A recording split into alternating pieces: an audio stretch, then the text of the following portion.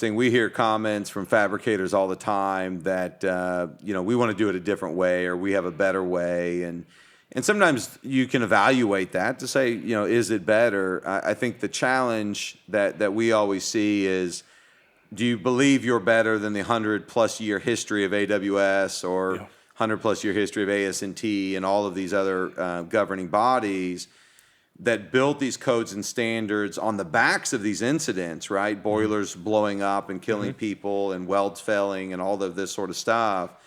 And it's an interesting question when you ask someone, do you believe you know more than the whole AWS society and committees? Certainly we see folks from time to time try to go above standard.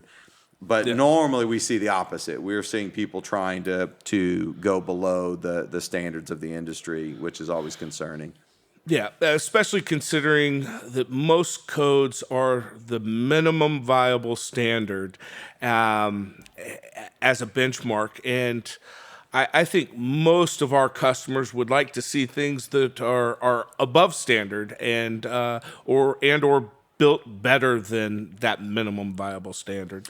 And I know that's always an interesting discussion we have because we help a lot of clients write specs, right? Which is, as you mentioned, is that synthesis of the kind of commercial side, integrating the codes and standards into the commercial contract.